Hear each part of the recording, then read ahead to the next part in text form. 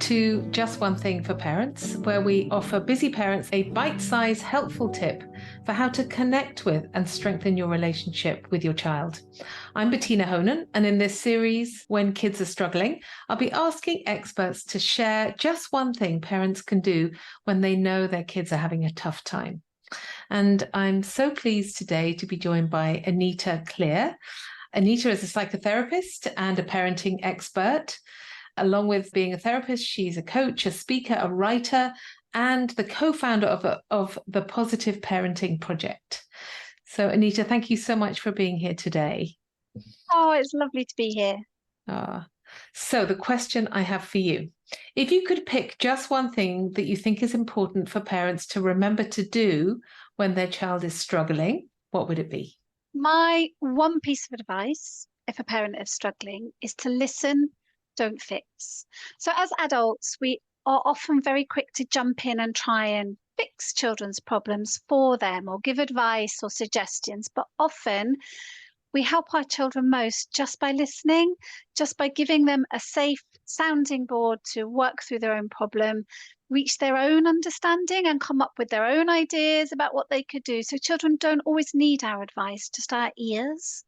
Yeah, I really like that. And it's pretty hard to do, actually, isn't it? When you've got a kid who's crying or who's shouting at you or who's really anxious about something, it's quite hard. Why is it so hard for parents, do you think? Because we care about our children and we want to smooth their paths and make things easier for them. And because watching them struggle is really hard. You know, when they're distressed, we get distressed. And sometimes I think also we feel like we're not succeeding as parents if our children are struggling, that it's our job to make them better and make everything okay.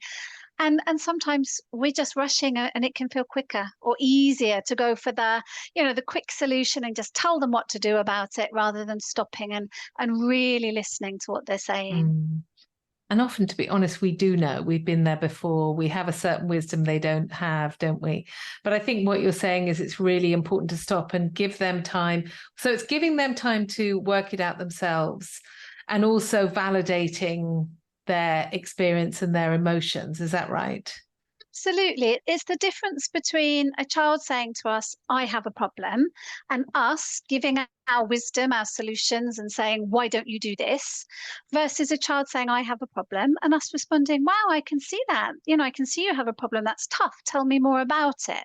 And then maybe asking them, well, what ideas have you got for fixing that? What have you tried so far?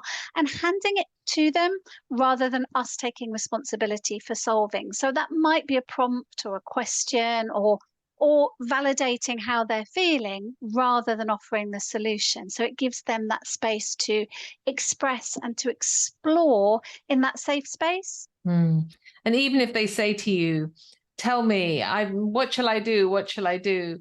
What would you do in that situation?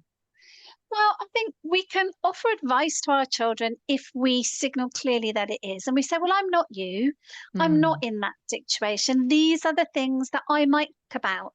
So rather than offering up a single solution, saying these are the things I would consider perhaps. So we can put some ideas into the mix without giving them an actual solution. Yeah. And you've given us some lovely phrases there for things to say and ways to say it.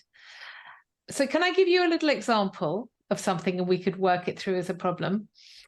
So let's say a parent of a teenager had a child who comes home absolutely distraught as they haven't been invited to a party. So they're crying inconsolably. What would you suggest a way in which a parent can do this listening in that situation, which is really distressing, right? To see your teenager in that situation. I think the first thing is just stay calm and pause, notice what's going on, be available. The most important thing, I think, is not to try and change their mind, not to try and cheer them up, to tell them it's all okay, but to acknowledge, okay, wow, it looks like you're really upset about that. That's obviously hurtful. And perhaps asking, what do you think might be going on here? And rather than shall we say, engaging with their solutions. If they say, oh, well, so-and-so's just, doing this or being this type of person, rather than denying that and saying, oh, I'm sure they didn't mean to be mean, or trying to interpret the situation for them, saying, I guess that's one possibility. What else might be going on? So widening the discussion to think about it from different angles and accepting whatever comes to them rather than us trying to shape their thinking at that moment. So we allow them a little bit of space. And often, teenagers, they find their way through things because they are really smart. They do understand their friendships, and they find a way to understand what's going on if we give them that space to talk about it and we listen without judging or jumping in. Yeah, I love that. And I think one of the things that sometimes is really hard for parents, or where parents go to in their mind, is they jump to the future. So rather than really just staying with the situation and saying they didn't get invited to one party and they feel sad about that, we think, oh, they're being socially excluded, or they're depressed, or our mind goes to a bigger place, right?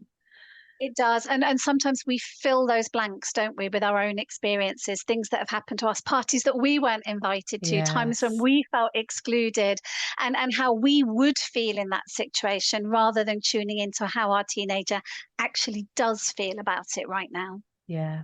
And I think there's a lot being spoken now about how the appropriate emotion, like we're supposed to feel difficult emotions. And if there is an emotion that's attached to a certain situation and it's the appropriate emotion, that is not a mental health problem. That is okay.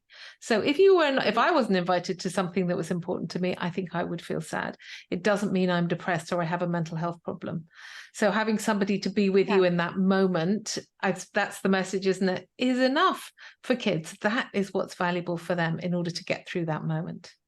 Yeah. And so they just feel seen and heard, and not that, we've tried to change their feelings or change the situation, that we are just there for them and ready to be supportive. Oh, it's so brilliant. Thank you so much for that tip. I hope parents will be able to take that and apply that in life. I know we've got going back to school coming on soon. So thank you so much for being here today, Anita. I really appreciate your time. Oh, thank you for having me.